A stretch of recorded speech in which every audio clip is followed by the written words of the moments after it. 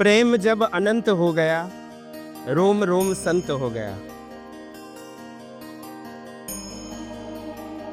જે ચંદનબેન અને ચુનીલાલનો પ્રેમ એ એવો અનંત પ્રગટેલો અત્યારે માણ્યો અને અનુભવાય કે એમનો રોમ રોમ કેવી રીતે સંત એ બાળપણથી જ હતો. અને આમ લાગે કે દાદાના ગુણ વૈભવ કેવો અદ્ભુત કક્ષાનો હતો કે જે ગુણ વૈભવને જોતા જોતા હૃદય ભીનાશથી હર્યું ભર્યું થઈ જાય. અને એવો અદ્ભુત શો, બહુ જ આનંદ આવ્યો અને હૃદય ખૂબ જ ભાવોથી તરબતર થઈ ગયું.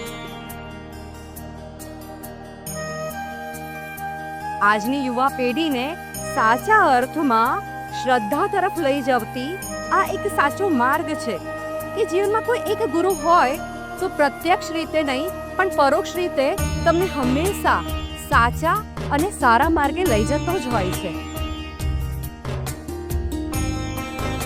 ખાસ હું બધાને પ્રાર્થના કરીશ કે સારા પથ ઉપર આગળ વધવા અને સહજ દુર્ગુણો ખંખેરવા માટે આ સરસ મજાની યાત્રા બાપજી મહારાજ સાહેબની આપ ચોક્કસ નિહાળજો.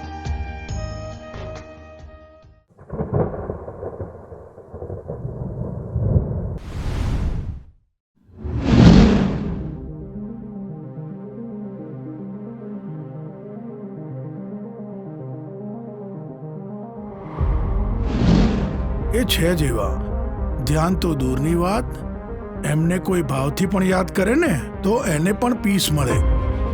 એવું તો કોણ છે? ચુનીલાલ રોજ સવારમાં પગે લાગવા અવશ્ય આવે છે, પણ મેં એને આજ સવારથી જોયો જ નથી. દેરાસર ગયો હશે. રાજનગરની પ્રત્યેક શેરીમાં ડંકો વગાડતા ફર્યા છે કે જેણે પણ ચુનીલાલની દીક્ષાની વાતમાં સહકાર કર્યો છે ને તો ખબરદાર છે. એ દિવસ પછી બહાર તો મેં ધાક બેસાડી દીધી છે, એટલે એને દીક્ષા આપવાની હિંમત તો કોઈ નહીં કરે. મને એક વાતની ધરપત છે કે ચુનીલાલ હવે ખીલે બંધાઈને રહેશે. તો પછી ચુનીલાલ ભાઈએ દીક્ષા કઈ રીતે લીધી? બેટા, જેનું સિંહત્વ જાગ્યું હોય એ ઘેટા બકરાના ટોળામાં રહી શકે? એટલે સિંહ છલાંગ મારીને જંગલમાં જતો રહેવાનો છે? આઈ એમ ડેસ્પરેટ ટુ વિટનેસ ઇટ. ચંદન, જી જવાનો સમય થઈ ગયો છે. આવતીકાલની વહેલી પરોઢે પ્રયાણ થશે.